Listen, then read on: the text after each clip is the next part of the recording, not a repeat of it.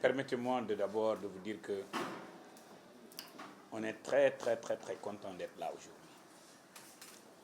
Permettez-moi aussi d'abord, au nom de son Excellence le Président de la République, au nom du Premier ministre, au nom de tout le gouvernement, remercier toutes les équipes de l'ADER.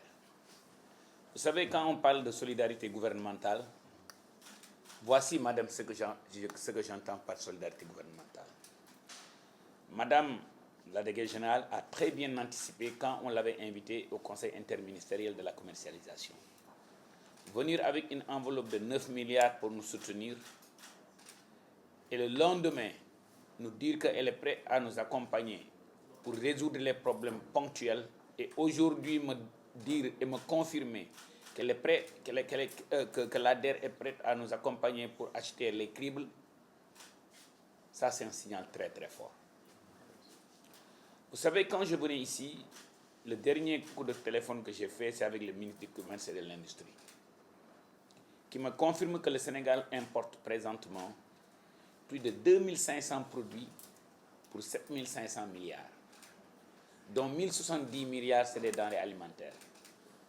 Vous imaginez, ensemble, l'ADER, avec le ministère de l'Agriculture et de la Souveraineté alimentaire et de l'élevage, ce qu'on peut faire ensemble.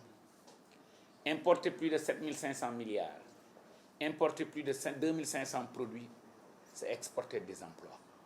Raison pour laquelle les 3 F de l'ADER me parlent énormément.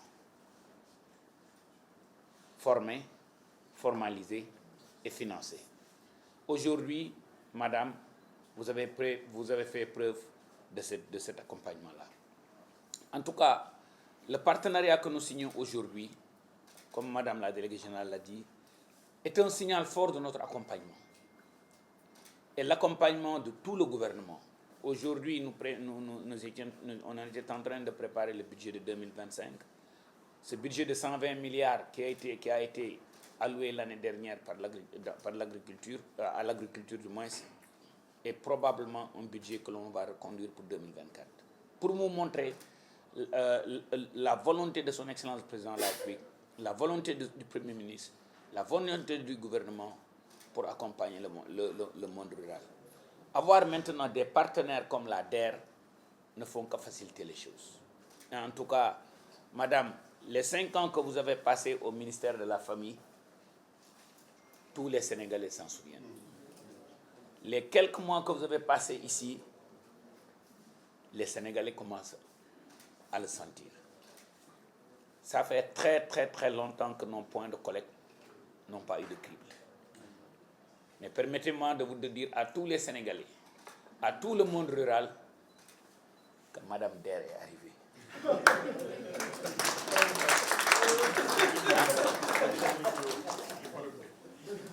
Et je vais vous dire, depuis 2 ou 3 jours, je dormais presque avec un œil. Parce que nous savons comment les banques décaissent. Même si la volonté du conseil d'administration, même si la volonté de la commission de crédit est là, il y a des procédures.